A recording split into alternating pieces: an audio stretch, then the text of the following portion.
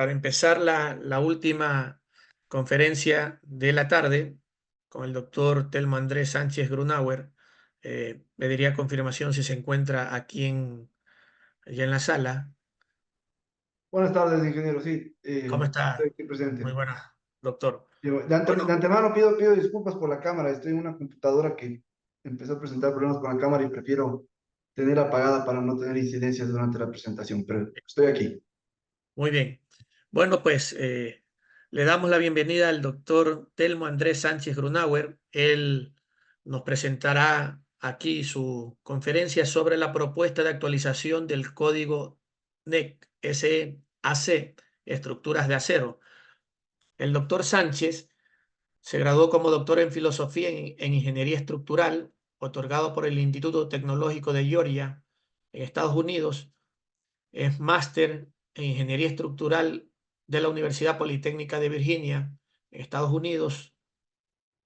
Es ingeniero mecánico de la Escuela Politécnica del Ejército, ESPE. Adicionalmente, estudió un diplomado en inspección de soldadura en la Escuela Politécnica del Litoral, la ESPOL. La experiencia laboral del doctor Sánchez incluye 4 años de trabajo en Santa Bárbara, en donde planificó y supervisó la construcción y el montaje de todo tipo de sistemas estructurales en acero. En la actualidad es el gerente general de una empresa dedicada al diseño estructural y construcción de edificios, hospitales, puentes, naves industriales, entre otros. El doctor Sánchez sirve como miembro de los comités técnicos de la TRB en puentes de acero, construcción de puentes y estructuras, estructuras generales y en fabricación e inspección de estructuras metálicas.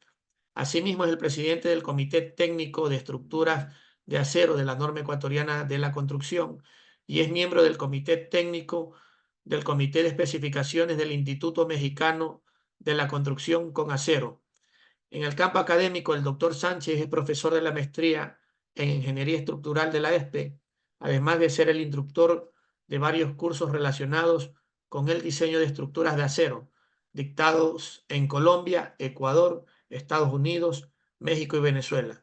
Su campo de especialización es el diseño y la construcción con acero estructural, hace investigación y es autor de algunos artículos y libros que han sido publicados.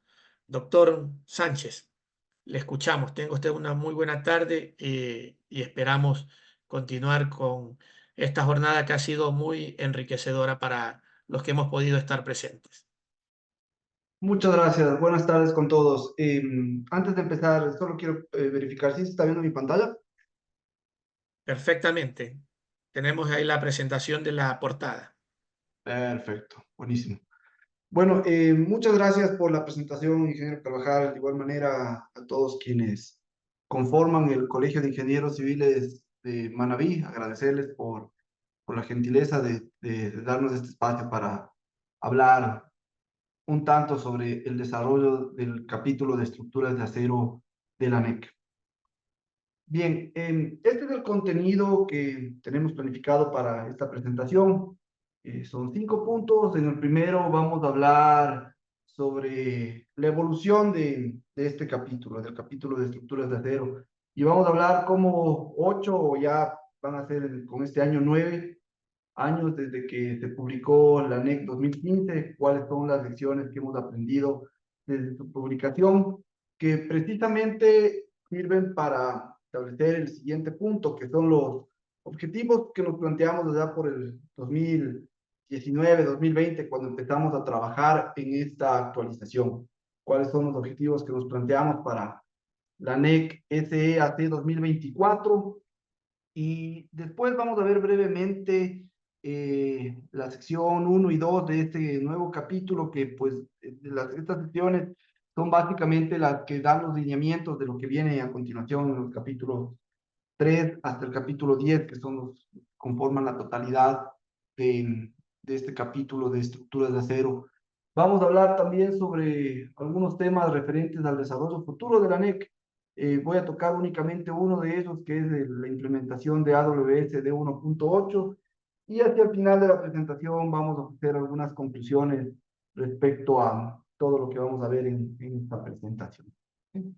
Entonces, antes de iniciar con esto, quisiera eh, dar un agradecimiento a todas las personas que han trabajado a lo largo de estos años en este capítulo para poder tenerlo hoy finalmente entregado al MIDUBI, a los miembros del Comité Técnico de Estructuras de Acero, cuyos nombres se muestran ahí.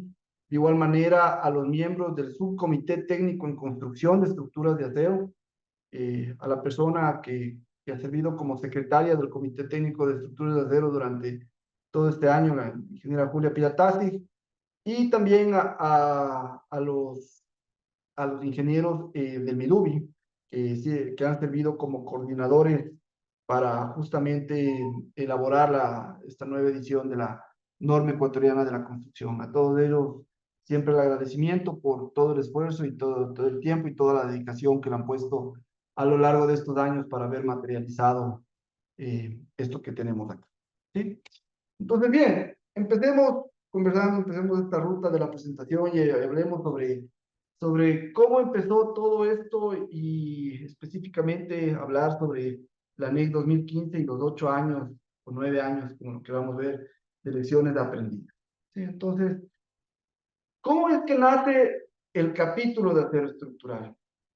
Un tanto el historial de esto es que la construcción de edificaciones con estructuras de acero en Ecuador tiene sus inicios hacia el final de los años 90. En realidad es un sistema constructivo relativamente nuevo.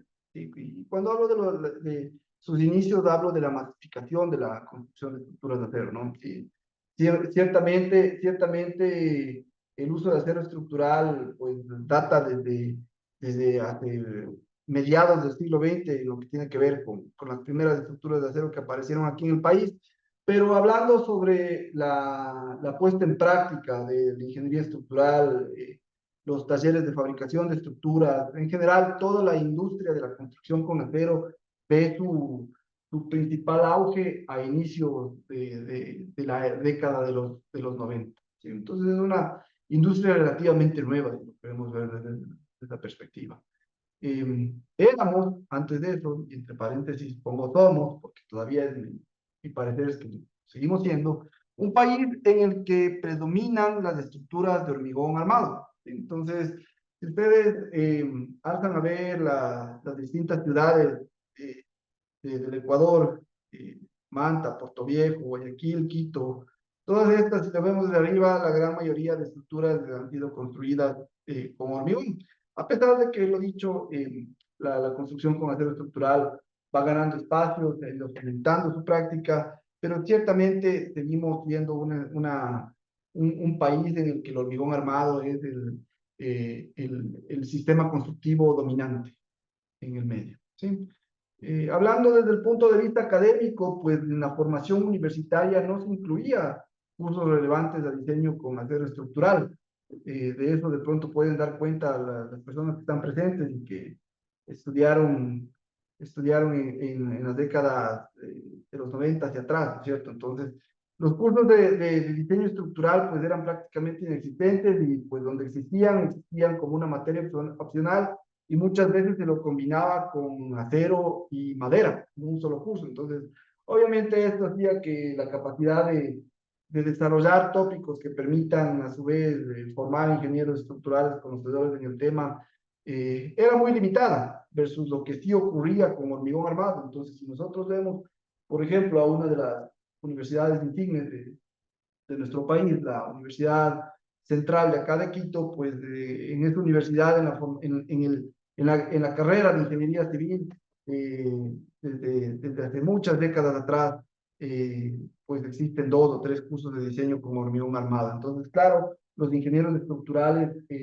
tenían una formación muy fuerte, o los ingenieros civiles tenían una formación muy fuerte en el campo de la ingeniería estructural, específicamente en el campo de las estructuras de hormigón armado, y por otra parte las estructuras de acero, lo dicho, era algo muy pequeño y que pues en general el desarrollo de este tipo de construcción era muy limitado.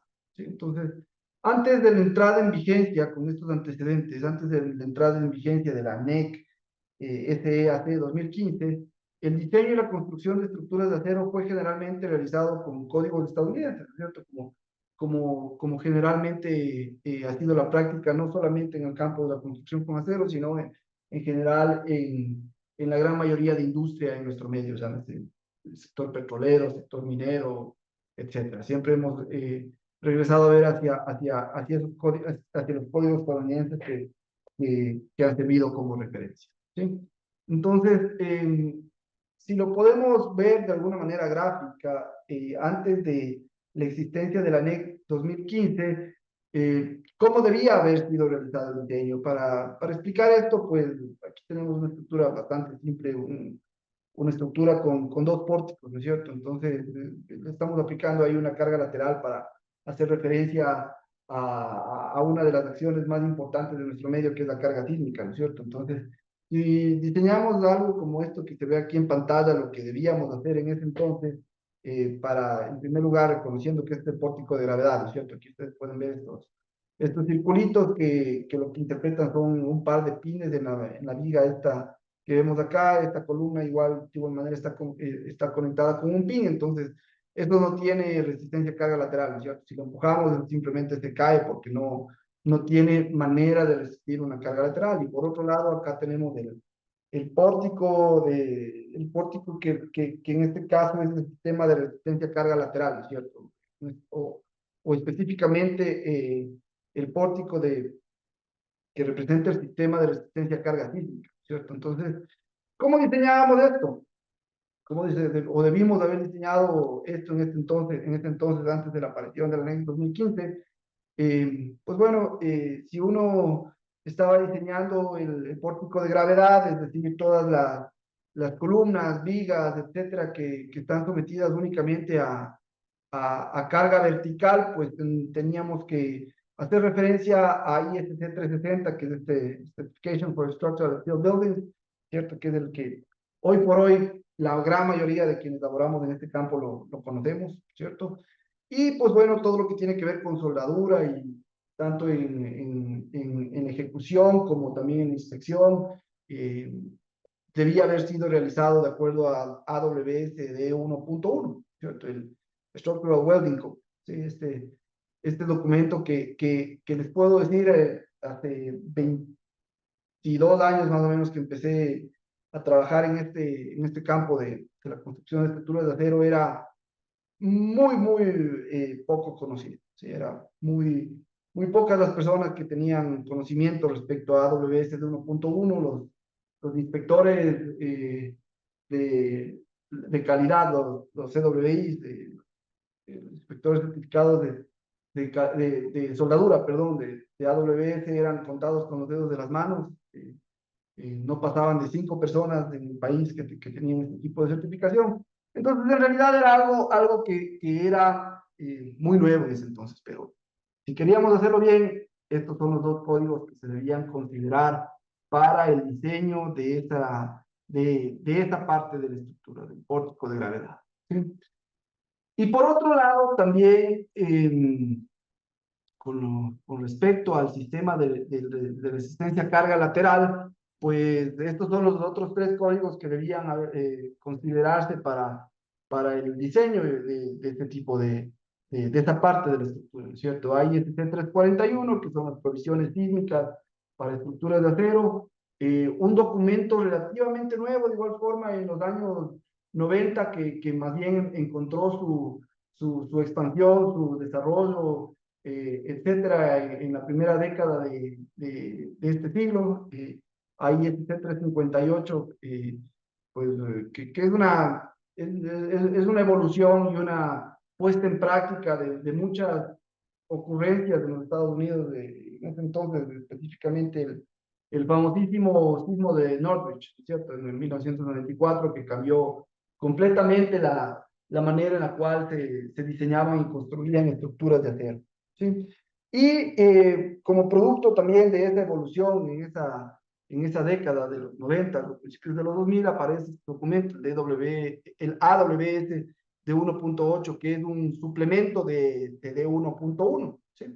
Un documento también relativamente nuevo en ese entonces, y que pues bueno, como su nombre lo dice, ¿no es cierto? Structural Welding Code, Seismic Supplement. Entonces, es un documento que suplementa a AWS de 1.1 para realizar la soldadura y la inspección de soldadura en las partes de la estructura que están diseñadas y construidas para resistir las cargas.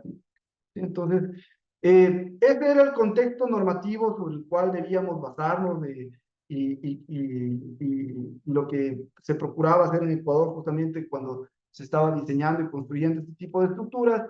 Y esto también abrazado o envuelto, cabe el término, por estos otros dos documentos. La primera, la especificación RCSC, pues bueno, es la especificación de pernos, que es como el nombre que lo llamamos, y que pues bueno, tiene justamente los lineamientos de cómo hacer la instalación de los pernos, verificar su pretensionamiento en los casos que sean necesarios, cómo hacer inspección de esto, etcétera. Es de alguna manera el documento equivalente a AWS de 1.1 y de 1.8 en materia de soldadura, ¿no es cierto? Entonces, las estructuras de acero tienen soldaduras, tienen conexiones empernadas, entonces en este caso las conexiones empernadas son reguladas de acuerdo con este documento, la especificación de perno, que es el nombre coloquial que le damos.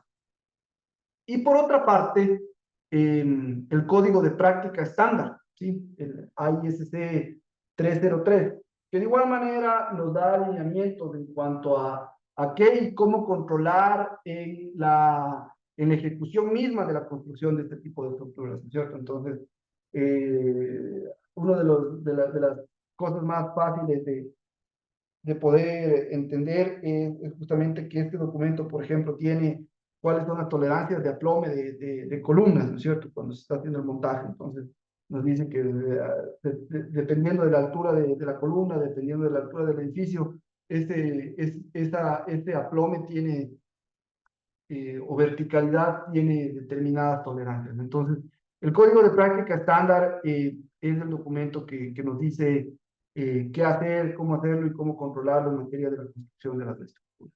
¿Sí? Entonces, este era el contexto normativo sobre cómo se debía hacer. ¿Cómo era realmente lo que teníamos en ese entonces, nuevamente antes de la aparición de la NEC 2015? En primer lugar, hay ISC 360. Aquí he puesto porcentajes para de alguna manera subjetiva orientar la discusión hacia qué tanto eran aplicados estos documentos en ese entonces, ¿cierto? Entonces, ISC 360 era muy poco conocido, lo he dicho nuevamente, tenía mucho esto que ver con el hecho de que las universidades no tenían cursos de diseño de estructuras de acero, las que tenían tocaban ciertos aspectos, ciertos capítulos, ¿no es cierto? El capítulo D de compresión, el capítulo F de fricción, etcétera, pero era de alguna manera todavía muy disperso el conocimiento con respecto a este tipo a esta especificación. ¿Sí? De igual manera, AWS de 1.1, como les comento,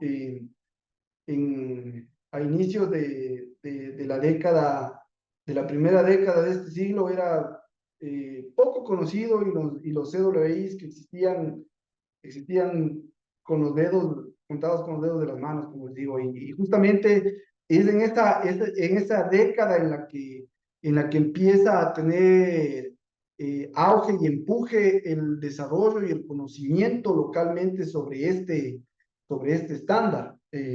Producto de eso, precisamente, recuerdo que la ESPOL en conjunto con la ESPE y en conjunto con AGA, que soy Linde, organizaron por primera vez un diplomado en inspección de soldadura que justamente formó algo así como 50 profesionales, que varios de ellos después, más adelante, se certificaron como PWI, y desde ahí en adelante, pues, ha venido desarrollándose, ¿no? Entonces, hoy por hoy, mencionar AWS de 1.1, al menos se sabe qué es, ¿no es cierto? De pronto no todo su contenido, cómo funciona, cómo implementarlo, pero ciertamente estoy seguro que las personas que están escuchando esta presentación No es la primera vez que escuchan de AWS de 1.1, ¿cierto? Pero entonces, digamos que en ese entonces era como un 50% que se conocía y se implementaba este documento.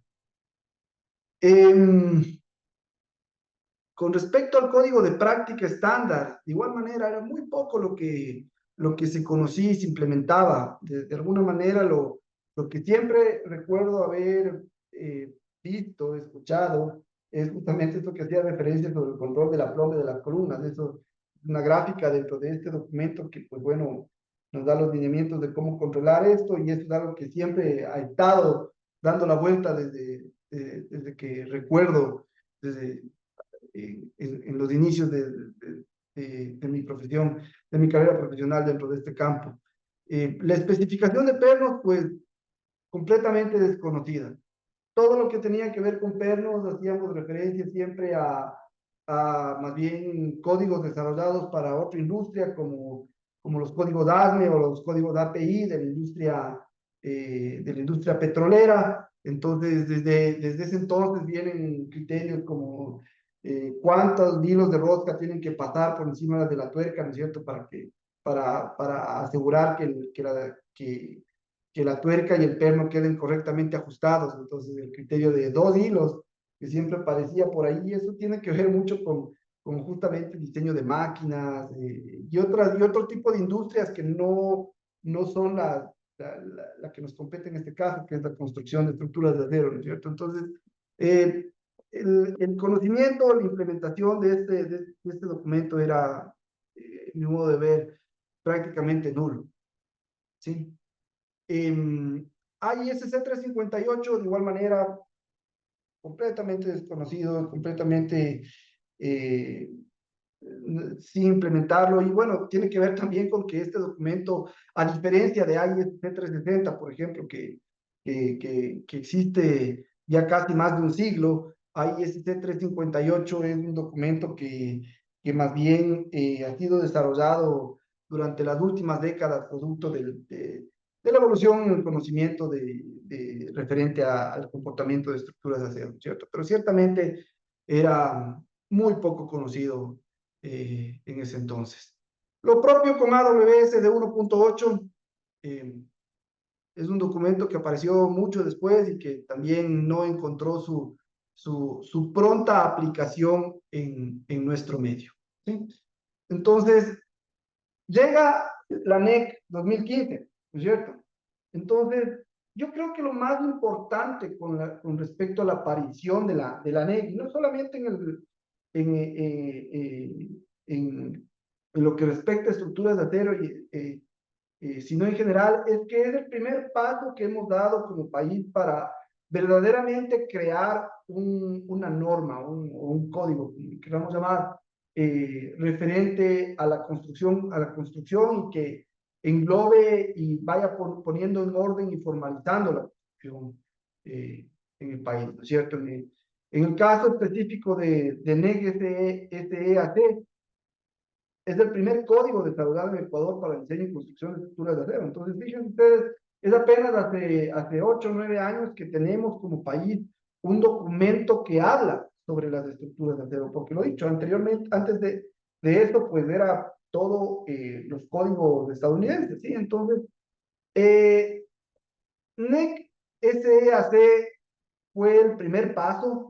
Y si ustedes han sido usuarios y han leído la NEC hace 2015, pues se va a encontrar con que al ser el primer paso justamente tiene muchas cosas pues pueden ser mejoradas, pueden ser implementadas de mejor manera, etcétera, etcétera, ¿no es cierto? Pero entonces, en todo caso, la llegada de este documento de NEC hace 2015, definitivamente ha subido ese nivel de conocimiento, ese nivel de implementación de los códigos que habíamos mencionado anteriormente, ¿no es cierto? Entonces, hoy por hoy, por ejemplo, ISC 360 es la gran mayoría de universidades en el Ecuador ya tienen un curso, al menos un curso de diseño de estructuras de acero, en el que se cubre ISC 360 en una buena parte. Pues no se trata mucho el diseño de conexiones, no se trata mucho el diseño de secciones compuestas,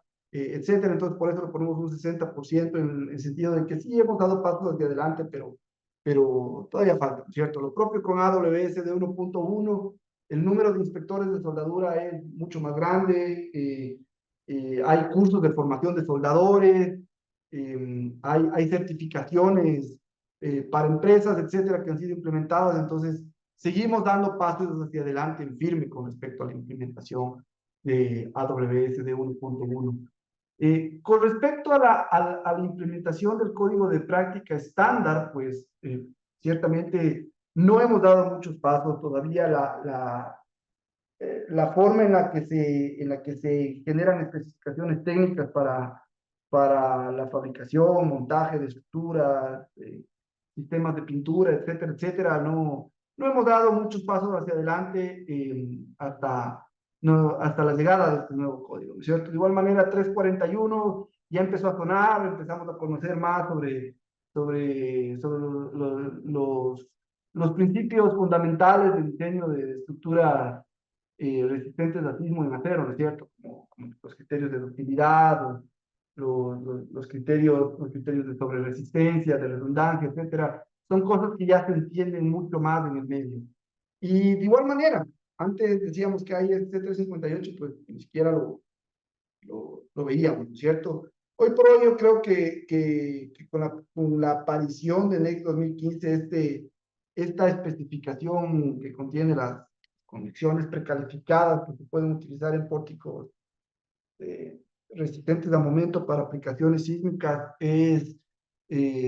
va ganando terreno, ¿no es cierto? Yo diría que hoy por hoy en materia de al menos escuchar el código, creo que todos quienes laboramos en este campo de la construcción lo hemos escuchado, sabemos que hay criterios de diseño que, que sea vía programa de diseño de conexiones o programas o hojas de cálculo o cálculos manuales desarrollados por los diseñadores independientes, ya se han ido implementando, etcétera. Entonces, en general, fue un paso muy importante, pero yo siempre trato de hablar para ponerle números a las cosas.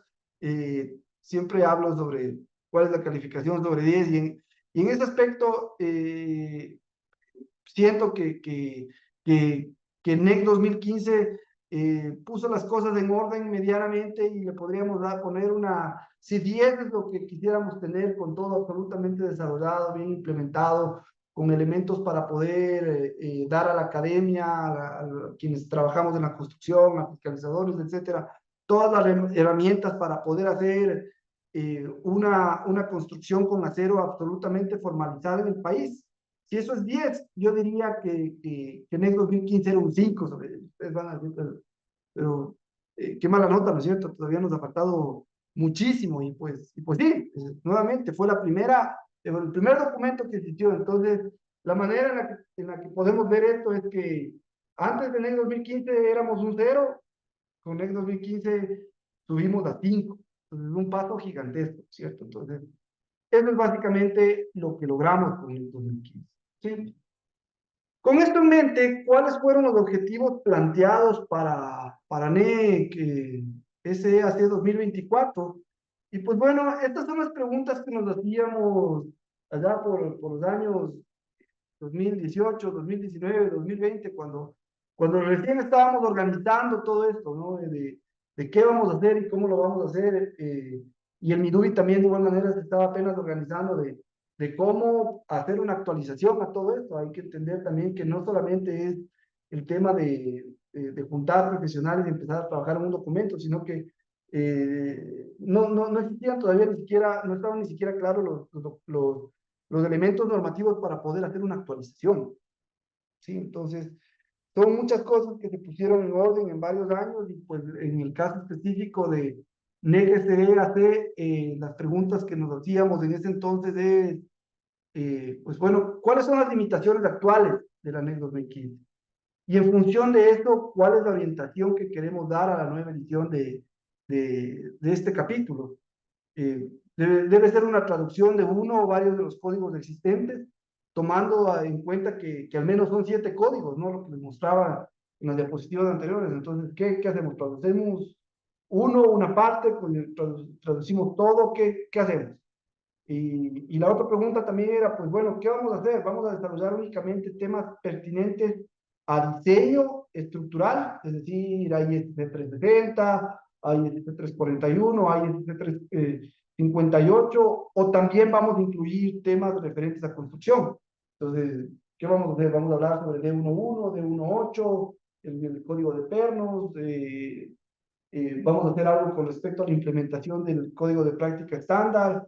De igual forma, una pregunta que también nos hicimos en ese entonces es, quienes hemos trabajado en esto ya sabemos que nos encontramos con muchos problemas a lo largo de la construcción y de la administración de estas construcciones con acero en sí. Y, por ejemplo, solamente por darles algo muy puntual, eh, en cierto momento ni siquiera había un consenso sobre cuál era la densidad del acero, ¿sí? Para poder cuantificar cuánto acero estructural hay en una obra.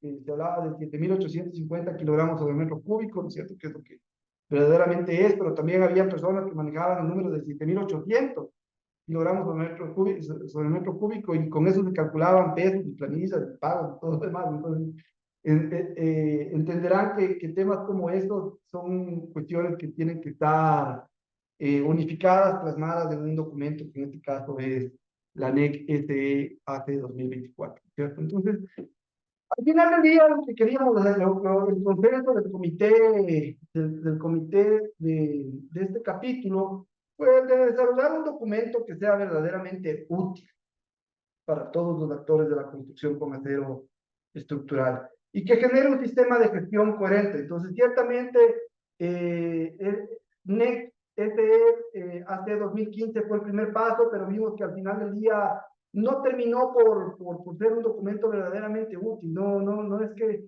terminamos usándolo en toda su dimensión. Entonces dijimos aquí, hagamos algo que sea útil, ¿sí? Que de pronto no sea lo último, lo más evolucionado, lo más eh, contenga todo lo que estos 7 documentos normativos tienen, 7 documentos estadounidenses que les mostraba, sino algo que sea coherente, ¿sí? Entonces, en función de eso dijimos, a ver, ¿cómo hacemos que todo esto que ustedes ven aquí entre dentro de un solo documento? ¿Sí?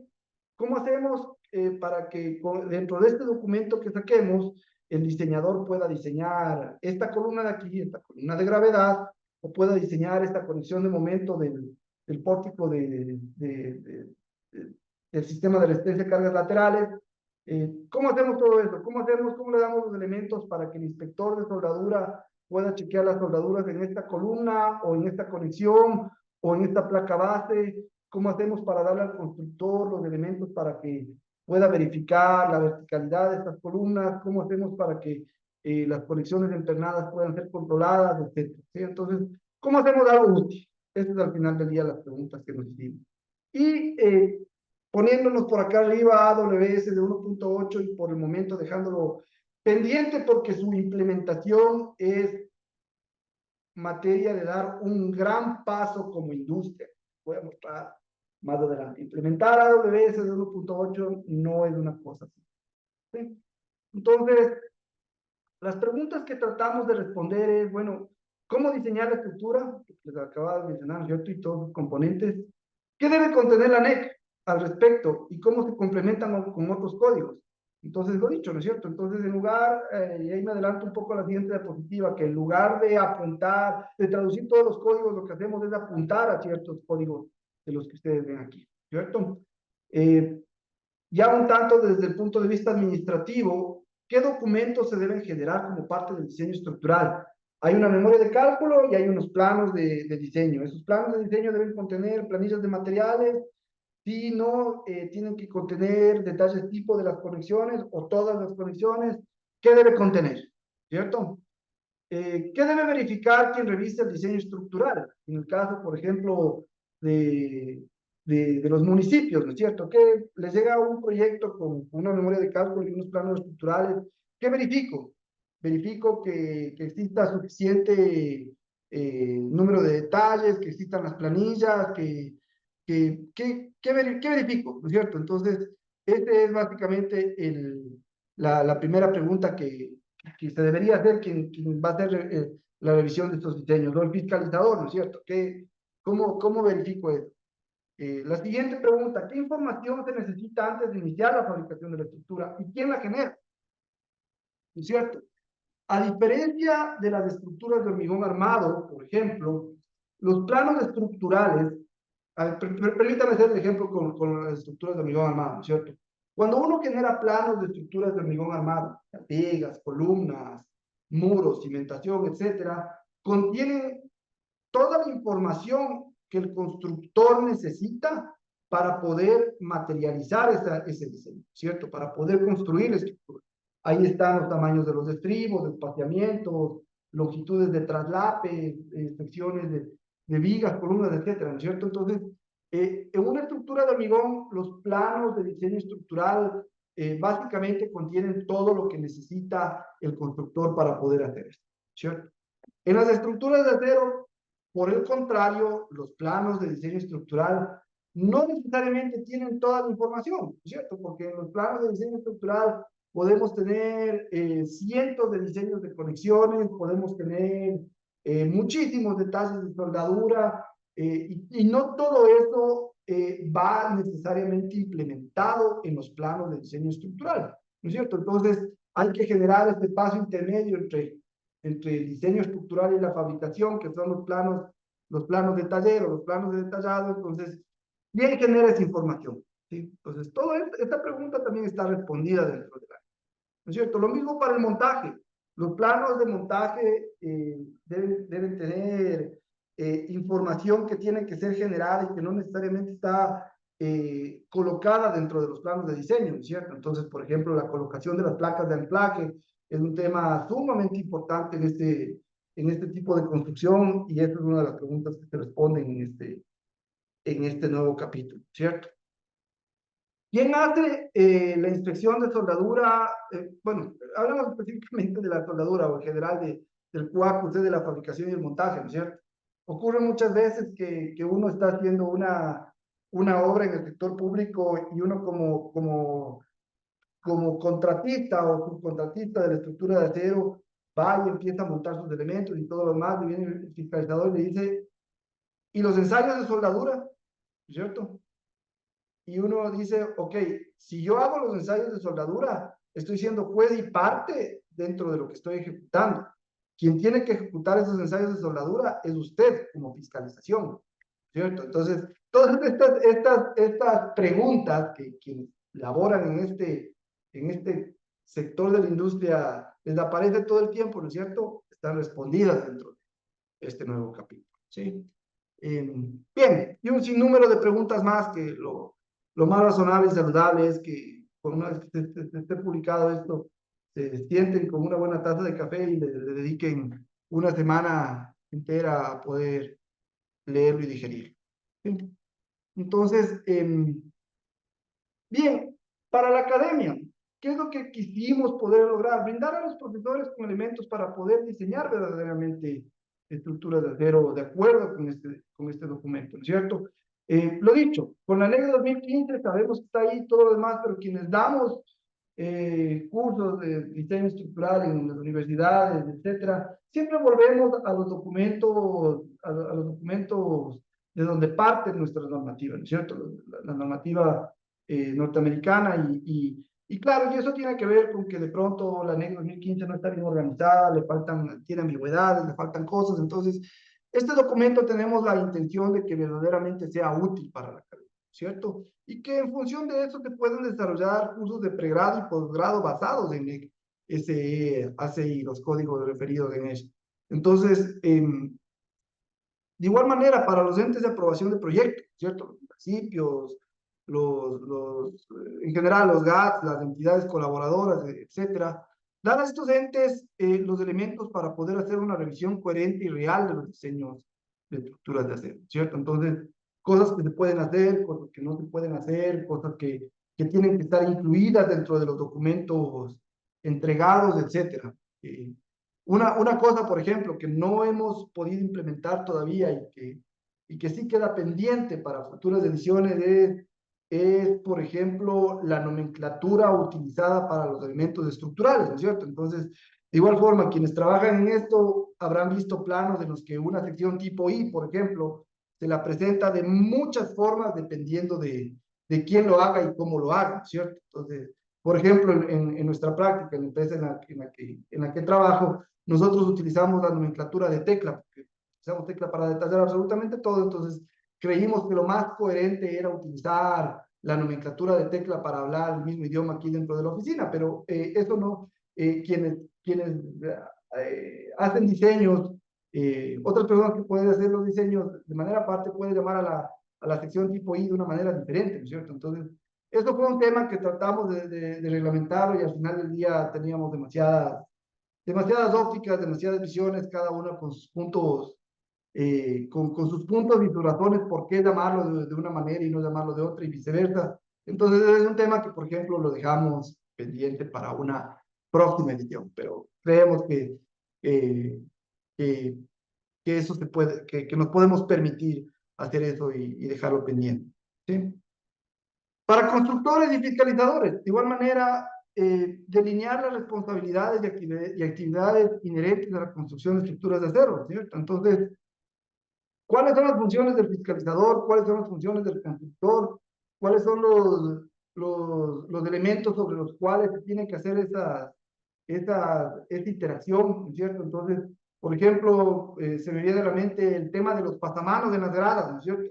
¿Los pasamanos son parte de la estructura o no son parte de la estructura? ¿Tienen que estar incluidos dentro del rubro de estructura de acero o no tienen que estar incluidos dentro de la estructura de acero? ¿No es cierto? La pintura intumescente, ¿es parte o no es parte? Entonces, todas estas cosas son cuestiones que han sido abordadas y que están detalladas explícitamente dentro de este capítulo, ¿no es cierto? Y por supuesto, se menciona que la densidad del acero es 7.850 kilogramos por metro cúbico, ¿no es cierto? Para de una vez por todas eliminar esa ambigüedad que, como les digo, al menos cuando yo empecé en esta profesión, todavía existía. Hubo alguien que nos pagó con 7.800 kilogramos por metro cúbico de densidad. Con esta nueva edición, esto ya no es posible, ¿cierto? Entonces, eso es lo que hemos procurado hacer, ¿sí? Hablemos muy brevemente un vistazo sobre las primeras secciones de esta normativa y les invito a que lean justamente el capítulo 1. Creo, a mi modo de ver, creo que este es el capítulo más importante para quien quiere empaparse con qué es lo que hemos hecho, porque justamente resume y presenta qué es lo que contiene el capítulo. Entonces, creo que la manera más fácil es de presentar esto es simplemente leyéndolo, ¿no? Sé que no es la mejor manera de presentar un montón de texto y demás en una presentación, pero creo que en este caso merece. Entonces, la organización de este capítulo. Este capítulo contiene las provisiones para el diseño y construcción de estructuras de acero. En la parte referente al diseño estructural, provee los lineamientos necesarios para realizar el diseño para eventos sísmicos y diseño de estructuras expuestas a fuego. Sí, fíjense ustedes, entonces, no incluimos los siguientes documentos, nos focalizamos en lo que se necesita para diseñar los sistemas de resistencia y carga lateral y también proveer lineamientos con respecto a un tema que va ganando mucho espacio dentro de esta industria, que es la protección contra fuego, ¿cierto? Los componentes estructurales diseñados y detallados para resistir únicamente cargas verticales, gravitacionales, o cualquier otro tipo de cargas diferentes a las ocasionadas por eventos sísmicos, incluyendo las cargas laterales de viento, deben ser dimensionados de acuerdo con los requerimientos de la especificación AISC 36016 o AISC 36022. Es decir, esta de acá, ¿cierto? Entonces, fíjense, de manera explícita, el comité decidió de que dejemos todo lo que está en lo que es gravedad en AISC 360 y únicamente apuntemos que todo lo que es pórticos de gravedad, o mejor dicho, no requieren un diseño o detallamiento marcado dentro de lo que es sismo, se queden ahí ISC 360. ¿Qué implica esto? Que en las universidades, por ejemplo, el primer curso de diseño de estructuras de acero tiene que estar basado en ISC 360, ¿sí? Entonces, preferimos no inventar agua tibia, no traducir un documento tan grande y demás, sino simplemente apuntar a él. Alternativamente, en lugar de utilizar AISC 360, se puede utilizar la especificación para diseño de estructuras de acero contenida en la sexta edición del Manual de Construcción en Acero del Instituto Mexicano de la Construcción con Acero, IMCA. ¿Sí? Entonces, entendiendo que el limitante del idioma puede ser una traba para la implementación y el estudio de ISC 360, lo que hemos hecho es justamente gestionar con el IMCA, el Instituto Mexicano de la Construcción con Acero, un permiso para poder utilizar su especificación dentro de lo que nosotros hacemos en ANEC. Y pues bueno, la especificación del IMCA, les puedo decir, es un 98% igual a ISC 360. Entonces, en los casos en los que el idioma puede llegar a ser una barrera, pues siempre uno puede acudir a la especificación del IMCA. ¿Sí? NEC SEAC está estructurada de la siguiente manera. El diseño del sistema de resistencia a carga sísmica debe realizarse de acuerdo con las secciones 4, 5 y 6. ¿Sí? Entonces, fíjense ustedes, las secciones 4, 5 y 6 abordan varios de los sistemas estructurales contenidos en ISC 341. Entonces, en ISC 341 existen, no tengo en mente el número de sistemas resistentes a sismo, pero ahí están los pórticos de momento, los pórticos con arrastramientos, los pórticos con chapas de cortante de acero, todos los sistemas que podemos pensar, ¿cierto? BRBs, etcétera. Y dentro de estos hemos seleccionado algunos para incluirlos dentro de los capítulos 4, 5 y 6. ¿Sí? Sin que esto implique que el resto de capítulos, perdón, el resto de sistemas contenidos en ISC 341 no puedan ser utilizados. Y eso voy a hacer énfasis en el último párrafo que está acá abajo en un segundo. ¿Sí? La sección 7 especifica los tipos de conexiones precalificadas que pueden ser utilizadas en el diseño de pórticos de momento intermedios y especiales diseñados para resistir a cargas sísmicas. La sección 8 contiene los lineamientos para hacer el análisis de estructuras expuestas a fuego, así como para determinar la necesidad o no de aplicar sistemas de protección pasiva en los componentes de la estructura.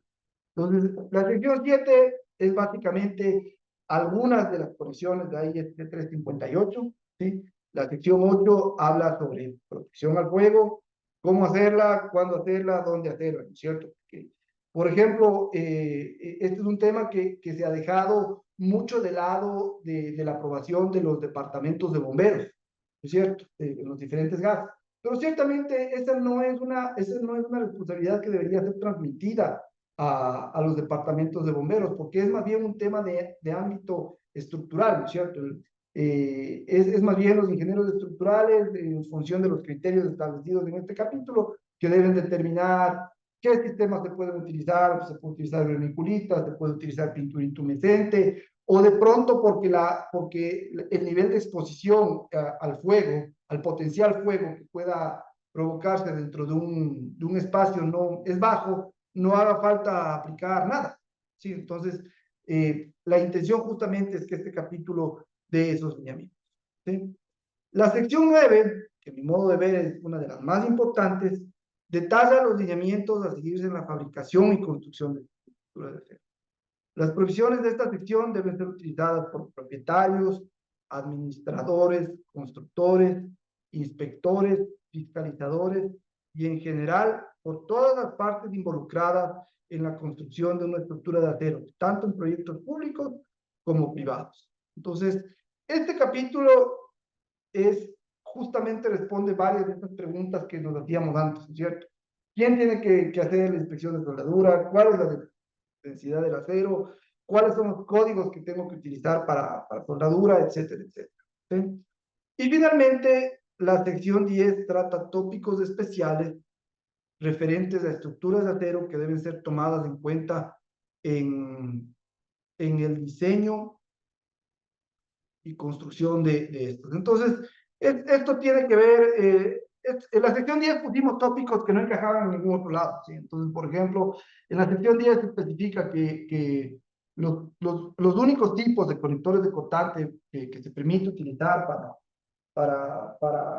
sistemas compuestos en pisos son los conectores de cortante tipo stop, ¿no es cierto? Stop, o con los canales tipo C, que son los que permite utilizar IS-370. Y el ámbito, y por ejemplo, este es un caso específico en el cual el comité entiende que este es el momento de dar el paso, porque hoy por hoy, si ustedes salen a cotizar o buscar pernos A325 o los stocks o las barras de anclaje F1554 en el mercado local, ya existen, ¿sí? Entonces, antes los stocks no existían. Entonces uno podía especificarlos, diseñar, etcétera, pero uno salía a comprarlos y se encontraba con la amarga noticia de que la única forma de poder contar con ellos era importándolos, con los consecuentes costos y demás, ¿no es cierto? Entonces, hoy por hoy hay varios proveedores localmente que tienen las barras de anclaje. De igual manera, este capítulo especifica que los únicos tipos de barras de anclaje que se pueden utilizar son precisamente los, los, los demarcados dentro de ASTM F1554, que es el estándar creado para pernos de anclaje, ¿cierto? Entonces, todo esto ya existe en nuestro mercado, ya existe localmente, lo mismo con los pernos, los A325, los A490, ya existen. Entonces, ciertamente, como comité hemos creído que es pertinente normarlo e implementarlo.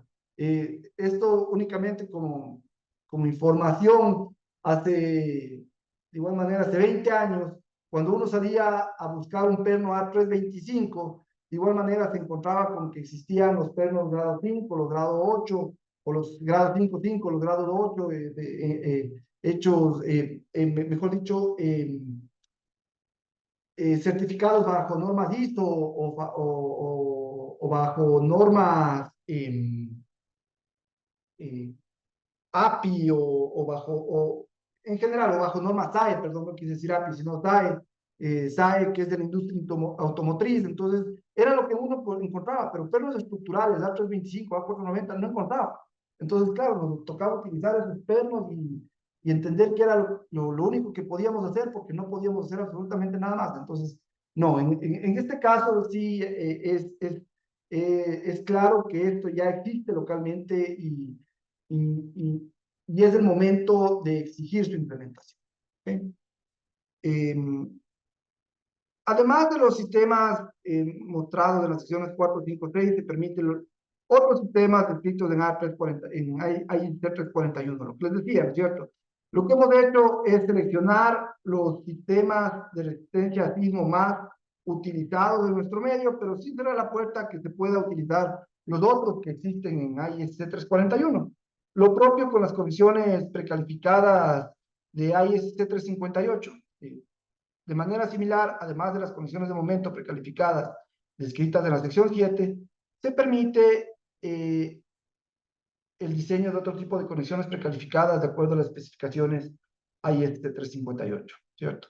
Y de igual manera, hemos sido claros en que no se permite el diseño y uso de otros sistemas que no estén explícitamente descritos en este capítulo de la NEC o 341, y lo propio con las comisiones.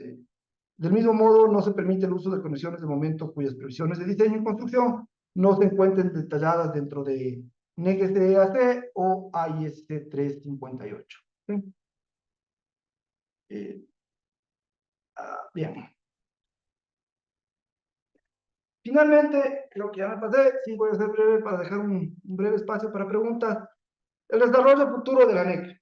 Hay muchas cosas que quedan pendientes, ¿no es cierto? Cosas de índole administrativo, como les decía, la nomenclatura, algo tan básico como la nomenclatura de las secciones tipo I, como lo llamamos a las secciones tipo I, o en general todo tipo de secciones, ¿no es cierto? Las secciones tubulares, rectangulares, huecas, ¿cómo lo llamamos? Hay gente que pone TC, otros ponen TR, etcétera, no hay un consenso, ¿sí? Pero el tema que traigo en este día a colación es el que ya funcionalmente es uno de los más importantes que debemos procurar implementar en el mediano plazo, que es AWS de 1.8. ¿Sí?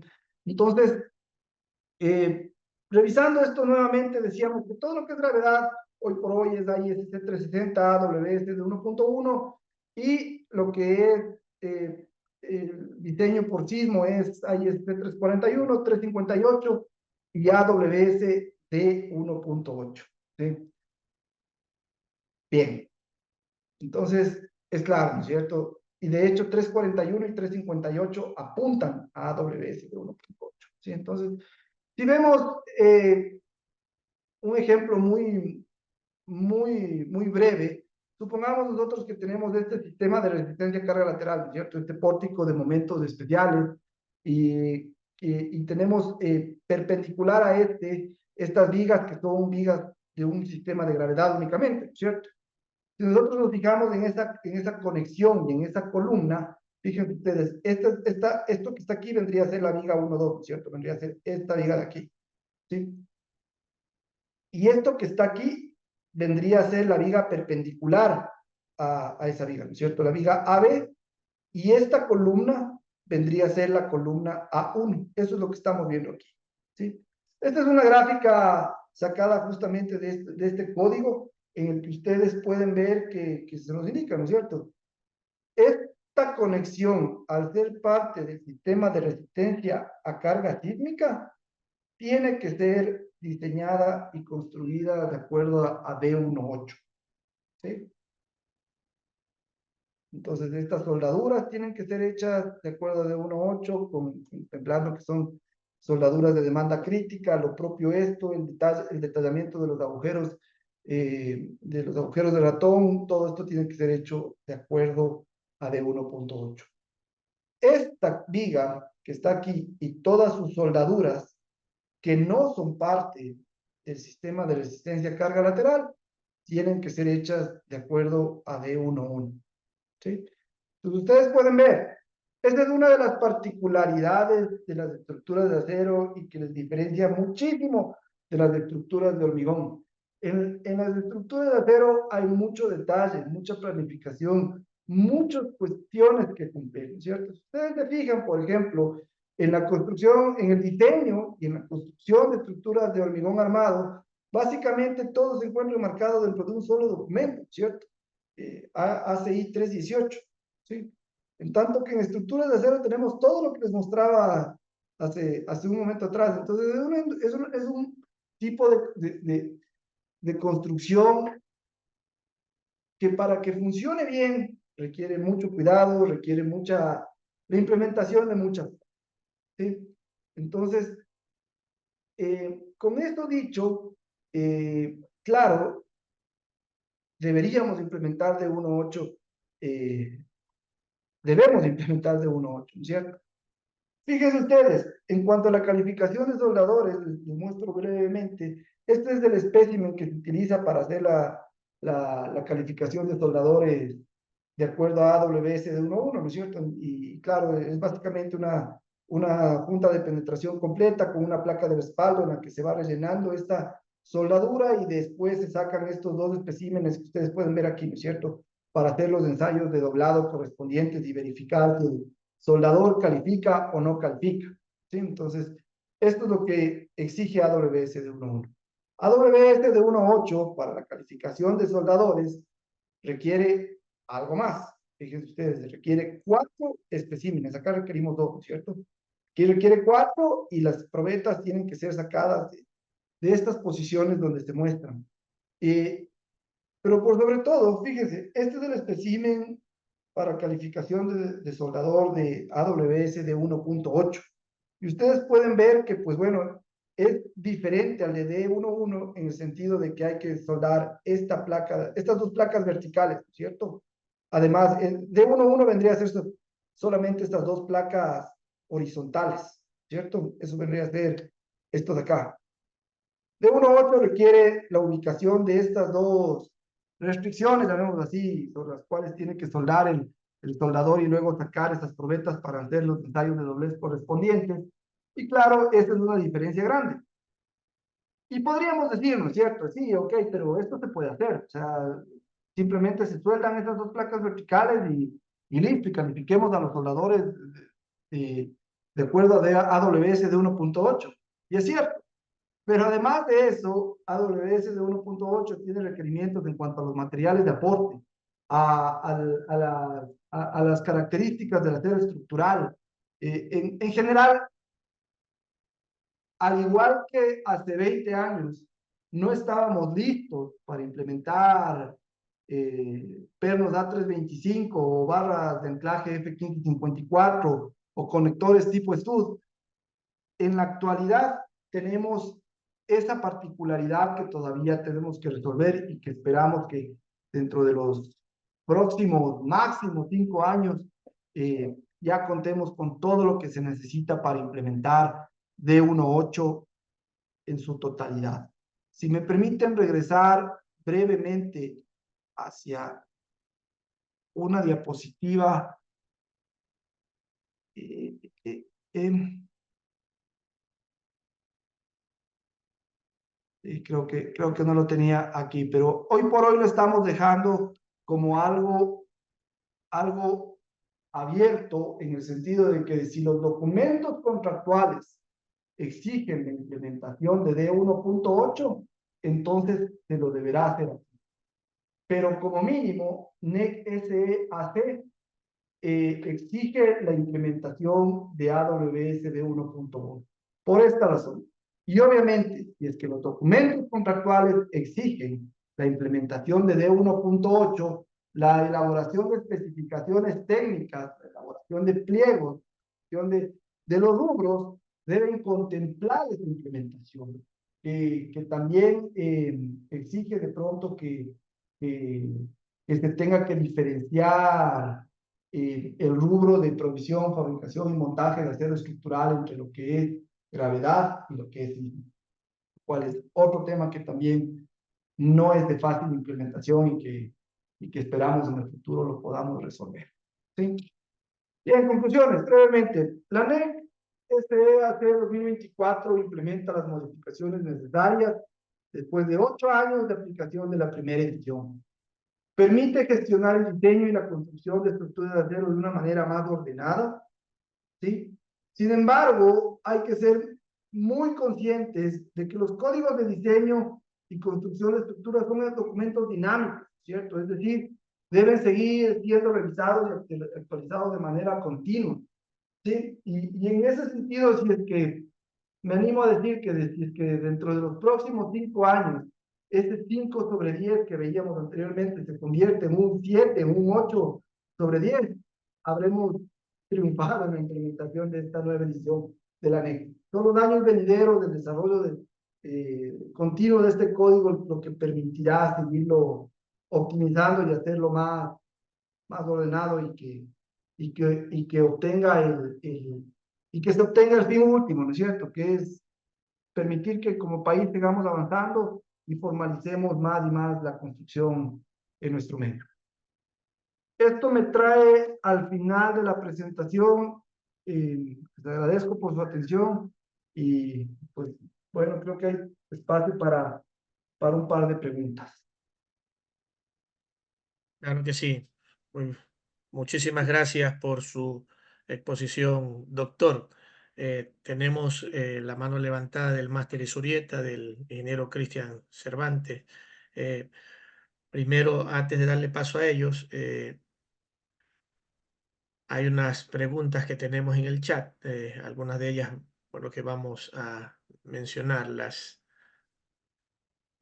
¿Es posible conectar? Ángel Ceballos pregunta, ¿es posible conectar constructivamente una viga IP a una columna de hormigón armado mediante una conexión precalificada, considerando los esfuerzos de cálculo estructural? En caso afirmativo, ¿es imprescindible perforar el hormigón para lograr las longitudes de desarrollo necesarias? Y si es así, ¿qué procedimiento se recomienda para realizar la inyección de resina epóxica y la posterior soldadura de la placa? Esa es una excelente pregunta y se me viene, a ver, la manera, a ver, el capítulo NEC SEDS contempla los sistemas de resistencia a carga lateral que pueden ser utilizados para resistir sismos, ¿sí? Dentro de esos sistemas no está el descrito por la persona que hace la pregunta de tener una columna de hormigón y tener una viga de acero conectada a momento con pernos de anclaje conectados con epóxico a la columna. No existe eso. Pero, por ejemplo, se me viene a la mente que esa es una opción que se podría utilizar para reforzar un edificio que ha sido afectado por un sismo o cuya evaluación muestra que tiene deficiencias de materia de resistencia a sismo, ¿cierto? Entonces, se me viene a la mente de que esta es una opción para poder reforzar algo así. En este sentido, el capítulo de rehabilitación, no pertenezco a este capítulo, entonces voy a hablar sobre lo que entiendo y lo que se me viene a la mente con respecto a este tema, pero entiendo que este capítulo sí apunta al documento que forma la base sobre cómo hacer algo como lo que la persona está mencionando eh, indica, que es hacer una evaluación de acuerdo a ASC 4117 o 23 y verificar que se pueda hacer algo semejante. Bueno, ahí hay varios detalles que quedan pendientes, ¿no? Se me viene a la mente, por ejemplo, cómo verificar los anclajes de las vigas a las columnas, etcétera. En general, la NEC o bueno, la NEC en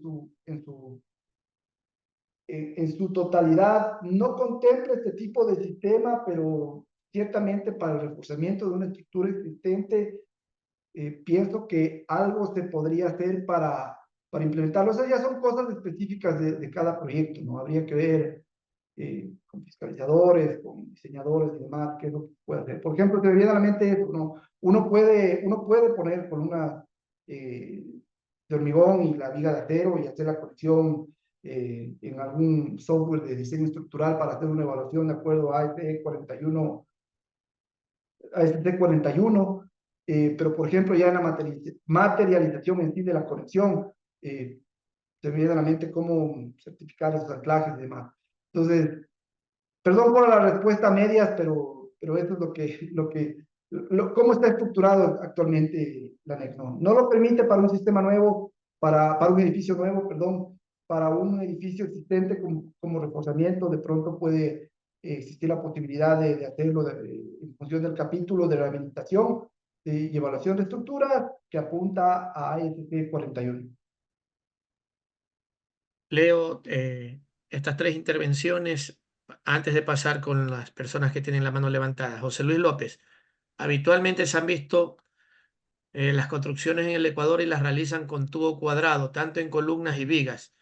Y en la normativa AISC 358 no dan parámetros para realizar ese tipo de conexiones.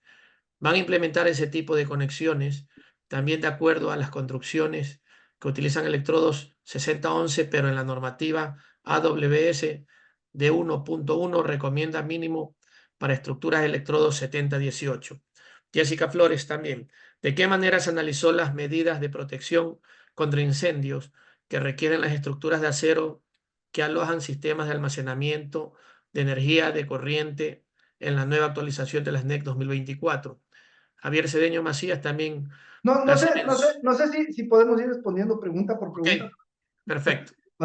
A ver, la primera pregunta, si la resumo brevemente, dice, tengo una estructura con columnas rectangulares huecas y vigas rectangulares huecas y la suelo con 60 ohms. ¿Qué me dice la NEC con respecto a eso? Por ejemplo, esa pregunta queda absolutamente respondida con la implementación de NEC SE AT 2024. Vamos por partes. En primer lugar, explícitamente apunta a AWS de 1.1. ¿Sí?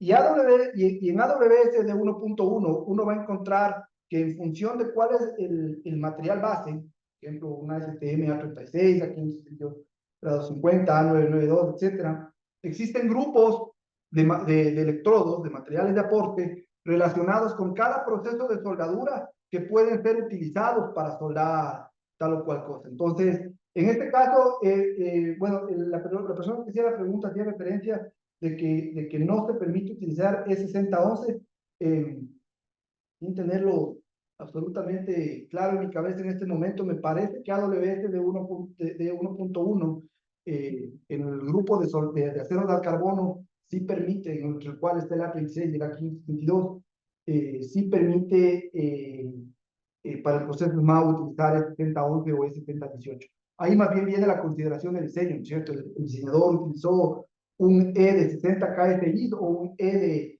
de 70 kSI para diseñar esta soldadura. Entonces, por ejemplo, esa pregunta está claramente respondida. Y de igual manera, eh,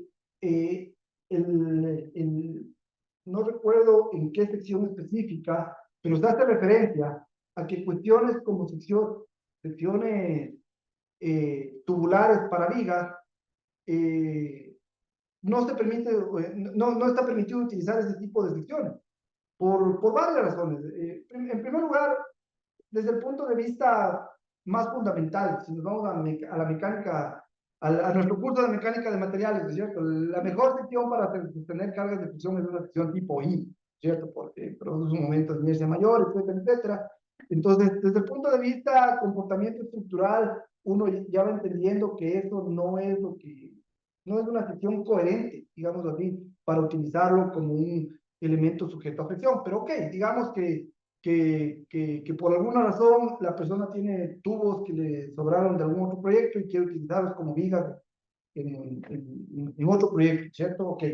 Vienen los otros parámetros de índole constructivo. Entonces, cuando yo pongo el deck metálico y pongo los conectores de cortante, uno de los lineamientos fundamentales para establecer los límites de utilización de conectores tipo STUS, por ejemplo, es que exista un elemento debajo del material al cual está siendo soldado el stud de manera directa. En este caso, soldamos el stud con el deck y lo soldamos al patín superior de la viga, ¿no es cierto? Entonces, este elemento inferior que está por debajo del material, que en este caso es el patín superior de la viga, es del alma de la viga, ¿sí? Entonces, si no existe la viga, eh, hemos limitado de manera absoluta el utilizar conectores tipo STUD o conectores tipo C, ¿sí? De igual manera, porque, pues bueno, soldamos y existe la posibilidad de que se perfore este lado superior del tubo, ¿no es cierto? Producto de que no tiene un alma debajo de eso. Entonces, eso implica que ya no se puede utilizar construcción compuesta, ¿no es cierto? Entonces, si vamos viendo, hay varios, hay lineamientos que nos van indicando, que nos van encaminando a que esto de utilizar una viga con un tubo cuadrado no tiene lógica ni desde el punto de vista de, de la mecánica de materiales, y constructivamente también se vuelve un tema prácticamente inaplicable. Y hay que entender una cuestión que es muy pertinente. Y es que la NEC, no solamente en el capítulo de acero, sino en todos sus capítulos, el objetivo fundamental es proveer criterios de diseño, metodologías constructivas, etcétera, de cuestiones que sean probadas y de que sepamos que su comportamiento estructural está garantizado, producto de que son prácticas completamente implementadas no solamente en nuestro medio, sino a nivel mundial, ¿sí? Entonces, el inventar un nuevo tipo de conexión, el inventar un nuevo tipo de viga, el inventar un nuevo tipo de columna, fuera de ese margen, es lo que la NEC precisamente no lo permite, porque el afán fundamental es formalizar la construcción e implementar cosas que son técnicamente probadas a lo largo de la historia de la construcción, en este caso de estructuras de acero, ¿no es cierto? Entonces, la NEC no es un documento que existe para implementar eh,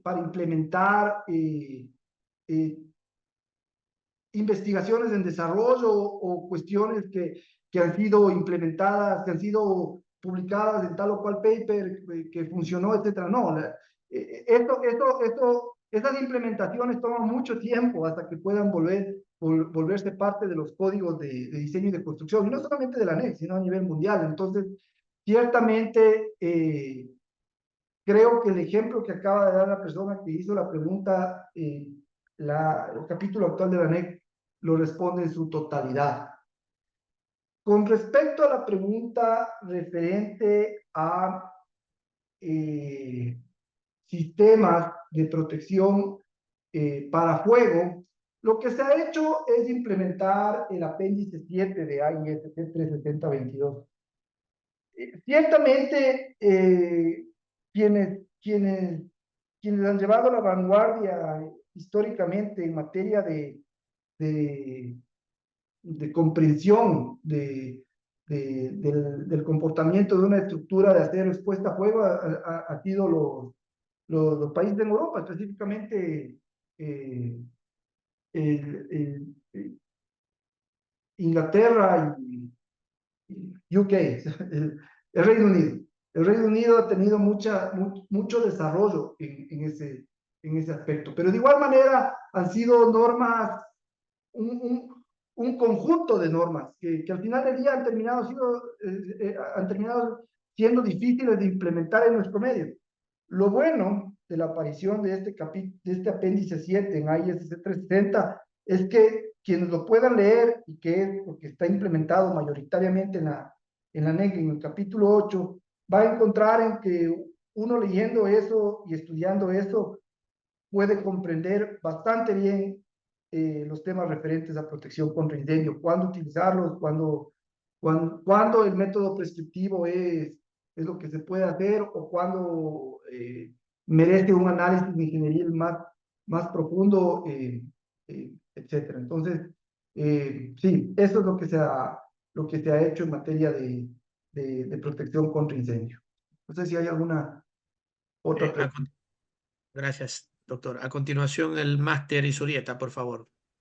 Puede hacer uso del micrófono. Ya, muy amable y gracias. Saludos también a nuestro expositor. Hay algunas precisiones que se tienen que hacer porque me da la impresión de que parecería que la NEC 15 inaugura las estructuras de acero en el país y eso no es así. Soy egresado de la Escuela Politécnica Nacional con especialización en estructuras del año 1981. O sea, ya llevo 43 años haciendo ingeniería de estructuras y diseño de ingeniería estructural en acero prácticamente los mismos años. En esos años, en estas épocas, tuvimos profesores de talla mayor como el ingeniero Edwin Poveda y el ingeniero Roberto Arellano en el área de estructuras de acero. Recibimos cursos formales utilizando la norma AISC y luego también los códigos chilenos, porque el código chileno era considerado como muy de avanzada y muy bueno, y al igual que el código mexicano de estructuras de acero. Hay que acordarse que son los chilenos los que traen al país los perfiles doblados en frío, con la empresa Dipac y Roberto Segers a la cabeza.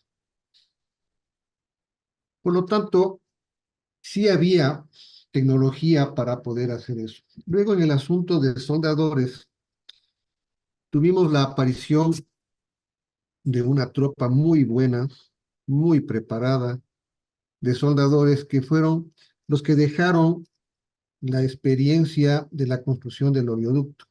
Y teníamos soldadores de API que lograron educar, y las universidades ya hacían, sobre todo la Facultad de Ingeniería Mecánica de la Escuela Politécnica Nacional, las calificaciones y certificaciones de los soldadores.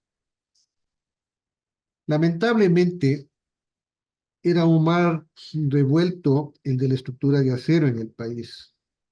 Diseñamos el primer edificio junto con Pedro Nelo Espina en el año 1981 y empezó la construcción en ese año y se concluyó en el año 1982. O sea, estamos hablando de 42 años del edificio María Victoria, que queda en Avenida República, 14 pisos y algo así como 3 o 4 subsuelos. Habían falencias que se iban subsanando. También participé como consultor independiente para Siderúrgica Ecuatoriana y el diseño de puentes, un personaje que era famoso y que sigue siendo, se retirado ya, es el ingeniero Patricio Ramos Darquea, junto con John Osteter y Walter Seligman. ¿Qué veo hoy? ¿Qué veo hoy a partir de la NEC 2012? Porque esta NEC 15 no arranca el 15, arranca el año 12. Lo que veo es la buena voluntad de la academia, la buena voluntad de ingenieros que han venido preparándose no solo aquí en el Ecuador, sino afuera, y que han visto otra ingeniería, una ingeniería que ya es hora de que se haga presente en nuestro país, sobre todo en el sentido de que ya debe haber la normativa que debe exigirse para que se cumpla, no como algo retórico, no como un saludo a la bandera, porque eso es lo que lamentablemente está pasando ahora. Sí creo que las entidades, con las palabras que usted toma, probablemente en 5 años o ojalá en menos, ya simplemente la totalidad de lo que se requiere para tener edificaciones seguras. En el país deben haber probablemente entre 200 o 300 edificios de acero, de todo tamaño, grandes y pequeños. No digo galpones, porque galpones hay miles. Casitas pequeñas también hay miles, pero ya edificios que sean por lo menos de 4 pisos o más. Hay bastantes también. Les felicito, participé en algunas de las sesiones que tuvieron ustedes eh, en esas llamadas a chat para ver qué iba pasando. Lamentablemente no he tenido el tiempo para poder hacer un seguimiento, pero felicito el tesón con el que han hecho las cosas, el profesionalismo, la capacidad técnica para poder avanzar en este tema álgido, porque el tema de al acero es lo mismo que en madera, lo mismo que en steel frame, lo mismo que en todo. Nosotros empezamos haciendo el SJI, que es el Steel Joist Institute, que eran viguetas de alma abierta para los sistemas de piso, para hacer sistemas mixtos. Luego se hizo ya con vigas de alma llena. Pero claro, estamos hablando de hace 42 años con estructura de acero.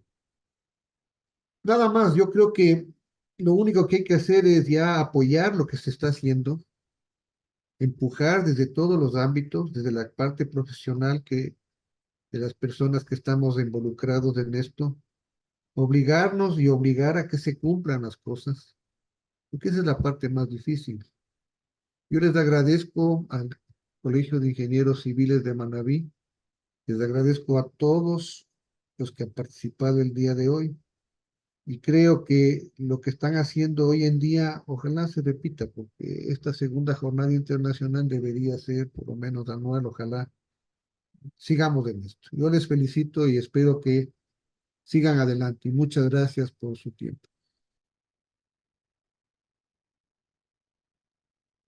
Muchas gracias.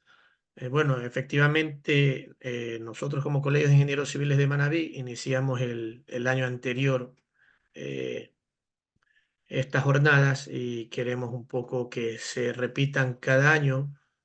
Esperemos que continuar así. Tanto el año anterior como este año, pues ha generado expectativa, de tal forma que inclusive en la selección de las personas o de los conferencistas o aquellas personas que nos pueden colaborar, siempre hay muchos que desean participar, pero que lastimosamente, bueno, se nos quedan fuera.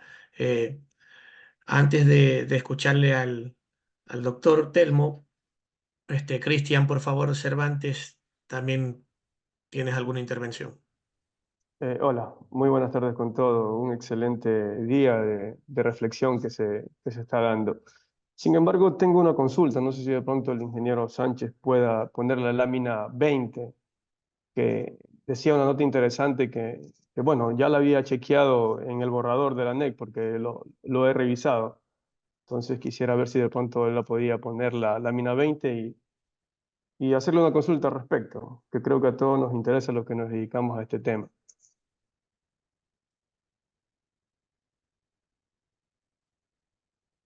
creo que es la 17, perdón, ingeniero. 17.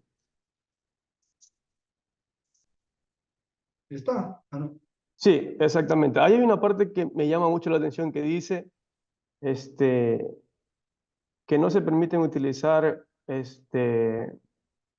conexiones a momentos fuera de lo que dice la norma, en este caso NEC, y también el AICC 358, ¿no? Entonces, quiero partir del tema de que, si bien el 341 para poder utilizar una conexión que yo me invento, ¿no? Da recomendaciones en el capítulo K, y bajo esos parámetros hay que cumplirlo y la conexión se puede utilizar, caso preciso. Pero en nuestra idiosincrasia constructiva y en nuestra cultura, nosotros utilizamos mucho los sistemas compuestos, que es lo que yo vengo luchando durante mucho tiempo en temas, en temas de respuesta, ¿no? Sin embargo, le voy a consultar lo siguiente y ser preciso. ¿Cuál es la razón por la que no se ha dado cabida a otras literaturas? Le pongo un ejemplo.